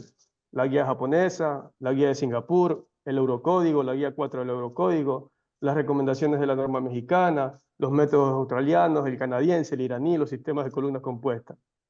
O sea, por cultura no creo que sea aplicable ninguna de forma general, porque si revisamos en nuestra cultura, le pongo un ejemplo, aquí en Manabí, si yo hago una encuesta de cuántos sistemas precalificados se han hecho, le puedo asegurar que no más de 2, exagerando, ¿sí?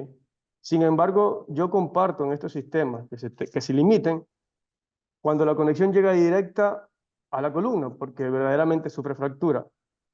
Pero en aquella conexión, por ejemplo, que existen los diafragmas externos, que se brinda una correcta disipación de energía por deformación inelástica, ¿por qué no se permite? Si inclusive el propio AISC en su página oficial indica de que pese a que ellos no revisan las guías japonesas, a ellos les parece muy interesante que se utilicen estas conexiones distintas y recomienda que pueda utilizarlo el ingeniero bajo su criterio.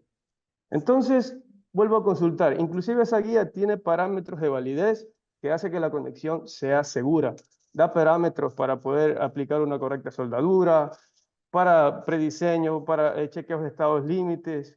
Entonces, creería que estos sistemas en realidad no deberían limitarse y no darle la importancia, o sea, es un caso de que nosotros vamos a encarecer las obras gubernamentales y también del ciudadano común. Entonces esto ocasionaría un impacto a la ciudadanía y al país. Entonces es mi apreciación al respecto bajo lo que yo ya llevo años investigando sobre este tipo de sistema. El hecho de que uno no conozca un sistema no significa que esté mal, pero no debe de solamente decirse que solamente esto sirve y lo otro no. Eso es en conclusión. Bien, gracias por la pregunta. Vamos por partes. Si nosotros regresamos un tanto a a la década de los 60, los 70, el país se construyó básicamente con un sistema estructural que fue ampliamente utilizado en nuestro medio y que puntualmente se lo sigue haciendo, aunque en mucha menor medida, que todo un sistema de la construcción con hormigón armado, con columnas de hormigón y losas planas, ¿no es cierto? Ese fue el, el sistema constructivo que así se hacían los edificios, básicamente. Entonces, ha sido la experiencia con ver los sismos, el comportamiento de este tipo de estructuras y demás, que nos ha permitido comprender que tener vigas de hormigón en lugar de solamente las losas es una buena práctica, es una buena cosa, ¿no es cierto? Y hoy por hoy, voy a hablar de memoria, quiero decir que el capítulo de hormigón armado menciona o debería mencionar que ciertos detalles, que ciertos sistemas de losas planas o la manera en la cual se construían estas estructuras, pues no debería ser así, que simplemente no es una buena idea, no funcionan como quisiéramos que funcionen. Ciertamente, los sistemas de losas planas son utilizados en otros medios, en otras sociedades con absoluta eficiencia y han probado ser funcionales resistiendo sismos, pero son losas planas construidas de una manera diferente, con caracteres más grandes y ciertos detalles. Entonces, las losas planas al final del día no han sido lo malo, sino la manera en la cual veníamos construyendo, ¿cierto? Entonces, ¿cómo las veníamos haciendo? Esa ha sido la reflexión al final del día con respecto a este tipo de sistemas estructurales. Y pues, y es que el capítulo de hormigón armado implementa dichos lineamientos de cómo hacer sistemas con losas planas resistentes a sismos, pues se podría construir una estructura de ese tipo, ¿cierto? Pero hemos visto que históricamente nuestro medio al menos no ha funcionado. Entonces, el tema con la construcción, con secciones tubulares, llenas de hormigón para columnas, encuentra muchas inquietudes que el comité lo ha discutido largamente y tengo bien decirte que las personas que están en el comité no es que desconocen los sistemas, los conocen, están al tanto de la literatura existente y demás. Es más bien justamente lo que se está haciendo localmente lo que nos preocupa, no mucho lo que puedan hacer en Japón, en México, en Singapur, sino más bien lo que ocurre localmente, lo que nos preocupa. Y hay que entender que en este tipo de sistemas existen potenciales deficiencias en cómo se hace el análisis estructural, cómo el software de diseño que se utiliza para hacer ese análisis estructural, cuáles son las consideraciones con respecto a esas columnas compuestas en este software de análisis estructural. La conexión, que es una de las cosas que acabas de mencionar, que nuevamente es una de las varias cuestiones que nos atañen. ¿Cómo se hace la transferencia de carga del tubo de acero al hormigón? ¿Sí? En general, bueno, no tengo todos los elementos en este momento para poder hablar de todos aquellos temas, pero ciertamente en todas las etapas del diseño estructural, de cómo el software de diseño estructural contempla el comportamiento de este tipo de estructuras, en cómo se las construye, en cómo está hecha la conexión. Es todo esto lo que hace que veamos que lo que está construido actualmente en el país, potencialmente podamos tener, haciéndolo coloquialmente, un caso de losas planas. ¿Sí? Y eso sería eso obviamente es algo que es de importancia, de mucha importancia para el comité, porque decimos justamente lo que tratamos de hacer como comité es implementar metodologías que no porque se las haga en el país a gran escala, digámoslo así, deban ser implementadas, sino que nuevamente, regresando a lo que mencionaba al inicio de este este espacio para preguntas, lo que hace la NEG es implementar cosas que sabemos cómo van a funcionar. Porque ante todo, el objetivo con el compromiso con la sociedad es que ese documento asegure que lo que se diseñe y se construya pueda resistir un sismo de manera propia. Ese es al final del día lo que pretendemos. ¿Sí? Entonces, en ese sentido, si nosotros vemos cómo se están haciendo las cosas actualmente, la implementación del sistema de transferencia de carga, sea con TES o con STUTS, es mínimamente utilizable. Y sí, ciertamente ISC 360 en el capítulo I nos dice que puede haber una transferencia de carga del acero hacia el hormigón a través de la fricción entre los materiales. Es bien poquito, lo que se necesita es verdaderamente poderlos anclar. De igual manera, en las bases, en las placas base, lo que generalmente se hace vertir el hormigón y el hormigón se pega, digámoslo así, con la placa base, pero no hay un mecanismo de transferencia entre el hormigón y la placa base para poder transferir esas cargas a la cimentación, refiriéndome a la carga por sismo, no la carga gravitacional que obviamente sí va a existir. Y si queremos hacer eso, pues toca perforar la placa base y poner acero de refuerzo longitudinal con estribos que anclen ese hormigón a la placa base. Y de igual manera, ya constructivamente, estos sistemas se van construyendo de 3 metros en 3 metros o de 4 metros en 4 metros, porque el otro tema que viene constructivamente es cómo vierto el hormigón y aseguro de que ese hormigón no caiga en caída libre, ¿no es cierto? Y se disgregue mientras va cayendo a lo largo del tubo hasta llegar a los 3, 4 metros de caída. Y sí, ciertamente puedo implementar un sistema en el cual meto una manguera y voy rellenando el tubo desde abajo hacia arriba y voy sacando la manguera para irlo rellenando. Estamos claros en todo eso. Todo eso está claro. Pero eso se hace actualmente. Entonces, ese es el tema y lo fundamental que se debe comprender.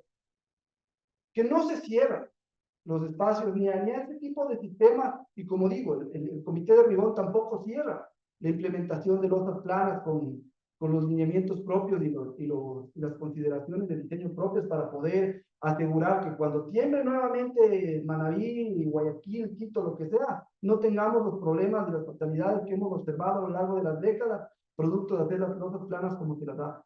¿Sí? Entonces, no es que se cierre la puerta, sino más bien lo que se debe comprender es que, dado el estado actual de la construcción de este tipo de sistemas en Ecuador, debemos primero poner en orden las cosas, ¿no es cierto? Así como estamos diciendo la implementación de D1.8, sabemos que lo tenemos que hacer, pero eso todavía hay muchos elementos que tienen que terminar de consolidarse para que aquello ocurra. Este tipo de sistemas hoy por hoy tienen todas estas limitaciones y que nuevamente estoy haciendo énfasis únicamente en las que se me vienen a la cabeza en este momento, pero son muchos. O sea, honestamente, y siendo claro, yo no pondría a mi familia a vivir en una estructura con columnas tubulares rellenas de hormigón en las que no hay conectores y en las que las vigas han llegado a la columna y han sido directamente soldadas a la columna y el hormigón ha sido vertido quién sabe cómo, y el análisis estructural tampoco sé cómo se lo ha hecho. Ese es al final del día. Y en este caso nuestra familia es la sociedad ecuatoriana. Entonces, lo que se debe entender y tratamos de predicar es que este comité no es que cierre las puertas a conceptos que puedan existir y que puedan ser funcionales y demás, sino que se restringe a cumplir el compromiso con la sociedad ecuatoriana de ofrecer cosas que sabemos que son plenamente funcionales. No se trata de solamente implementar lo que hacen en Estados Unidos, o solo lo que hacen en Japón, o solo lo que hacen en México, sino de ver cuál es la realidad, cómo se están haciendo las cosas localmente y limitar el uso hasta que por lo menos, y yo siento que de pronto puede ser así, con el pasar de los años se puede hacer algo mejor con este tipo de cosas. Y entonces, no es negligencia de parte del comité, no es oídos sordos, no es desconocimiento, sino el tratar de implementar cosas que sabemos cómo funcionan y que sabemos cómo van a funcionar. No sé si esto responde a la pregunta, pero es el pensar del comité. Así es. Bueno, doctor, y el resto de asistentes, ya que nos hemos excedido con casi 45 minutos, tal vez una última intervención tendremos con Roberto Gilses después de al menos mencionar y agradecer y pedirles las disculpas a quienes han podido hacer sus preguntas. Se nos van a quedar por allí algunas, otros han agradecidos como Jorge Anni, Francisco Álvarez, Jessica Flores, Yuleisi, Lisbeth Vallejo Reyes, Patricio Mejía, el doctor William, Carlos Carvajal, se nos quedó por ahí algunas preguntas, Roberto Ailla, Mariana Buenaventura, Carlos Llanes, Roberto Gilses, bueno, ahí tenía unas preguntas que ya a continuación, bueno, darán en concreto, Darwin Hidalgo, Doménica Falcones, Vladimir Pazmiño, Roberto Wellington Leodán Velázquez Álava, Vinicio Briones, Hugo Cedeño Delgado, Silvano Intriago, Francisco Navarrete, Francisco Cedeño Macías, Liliana Sabando, Vicente Selner Ortiz, Jorge Palacios, Marco Ceballos, Tracy Yepes, Olaya, Lincoln García Vinces, Tito, Martín Rezabala, bueno, entre otros. Eh, Aprovecho pues para de una vez agradecer también al doctor Telmo Sánchez.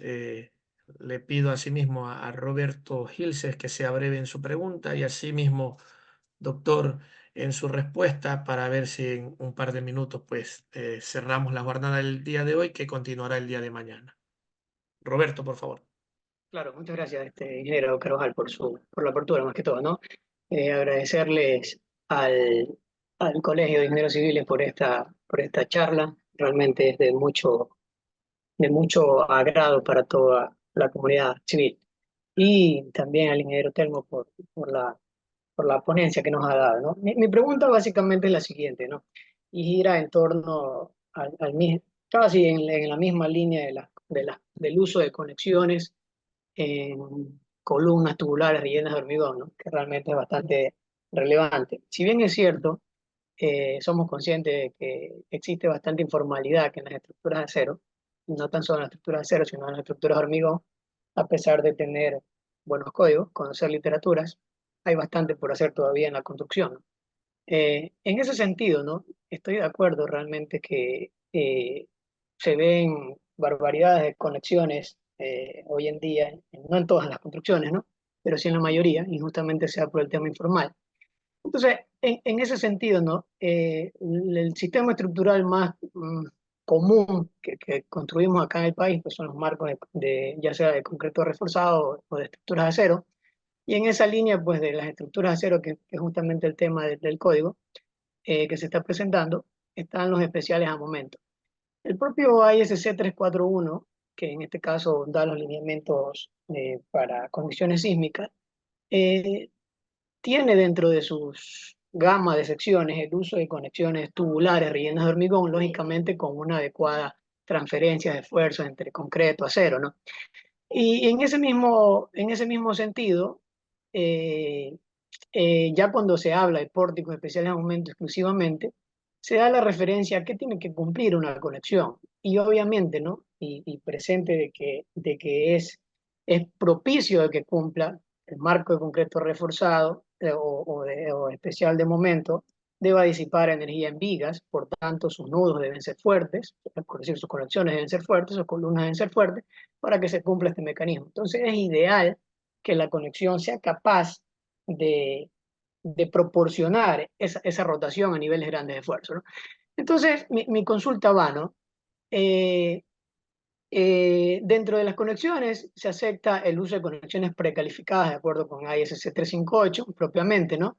Así como también el uso de conexiones calificadas. En este uso de conexiones calificadas se dan dos alternativas, ¿no? La alternativa de basar la conexión en literatura existente, ¿no? Mostrar dos ensayos cíclicos de esa conexión que represente la realidad de la construcción, lógicamente, o ensayar prototipos que son específicamente de la construcción. Entonces, en ese sentido, mi consulta es, eh, veo que en el borrador se sigue ese mismo lineamiento de ISC 341, entonces, de cierta forma, no se estaría limitando el uso de conexiones, en este caso a columnas tubulares rellenas de hormigón, siempre y cuando estén basadas en literatura existente y documentos de ensayos reales que se acoplen a la realidad constructiva, en este caso del proyecto. Mi consulta es, basándonos netamente en el caso 1, si yo baso mi conexión en un tipo de conexión que está estudiado, que ha sido ensayado, que está documentado y que efectivamente cumple con las condiciones que exige el código, es capaz de garantizar los criterios implementados en el diseño, eh, habría que solamente presentar esta literatura o habría que ensayar adicionalmente la conexión que se tendría para el diseño, lógicamente encajada en esta literatura, o bastaría solo con la presentación de esa conexión ensayada en los lineamientos y límites de esa conexión, ¿no? Esa es mi consulta para el doctor Telmo. Bien, gracias. Sí está entendida la pregunta. Voy a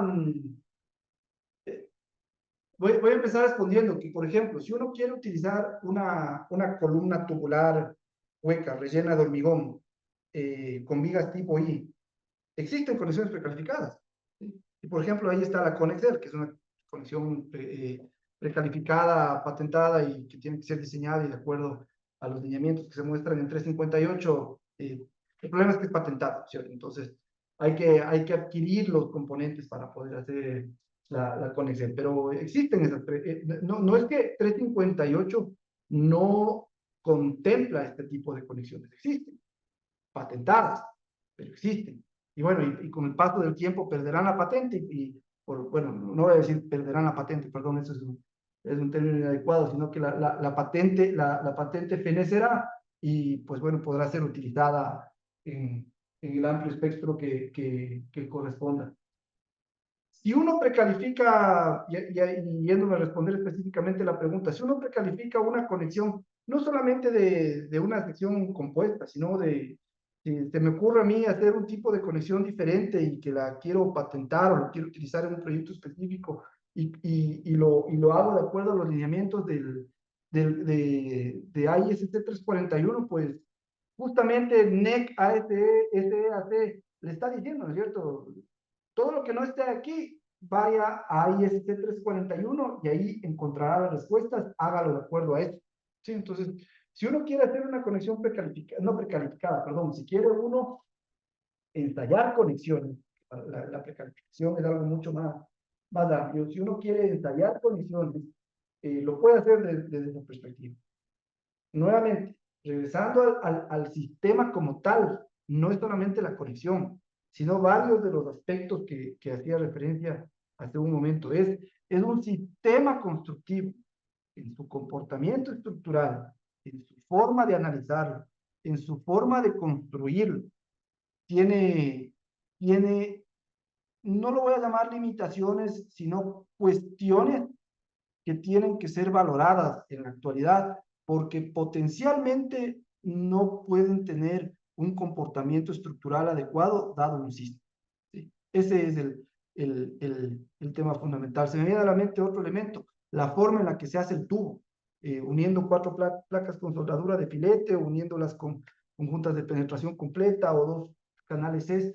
Todas estas cosas tienen sus connotaciones, digámoslo así. Y lo dicho, hemos visto de todo. Entonces, respondiendo a la pregunta, sí, si se hace una colección, se les haya de acuerdo a IST 341, se la puede ensayar. Ahí lo único que me queda pendiente de auscultar, porque es una pregunta que se nos hizo hace un tiempo, es cuáles son las certificaciones de laboratorio que tiene que va a hacer estos ensayos. No sé, no me acuerdo en este momento si es ISO 17000 algo, cuestión semejante, o ISO, o perdón, sí, algún tipo de certificación, ¿no? O sea, ¿cuáles son las bases que fundamentan que los ensayos estuvieron hechos eh, de manera propia? Eso es lo único que se me viene a la mente, pero de ahí, claro, uno puede ensayar lo que crea pertinente, como lo hemos hecho, ¿no? Y nos hemos dado con la amarga respuesta de que no funciona. Hemos ensayado conexiones y hemos visto que al final del día decimos, no logramos, no es seguro, no es repetible, no es algo que podamos decir con certeza, esto va a funcionar, dado un sí. Sí, eso nada más. Ingeniero Daniel, ingeniero Sandino, muchísimas gracias por el espacio. De igual manera, a quienes nos han escuchado, nos han hecho las preguntas, y pues siempre a las órdenes. Muchas gracias.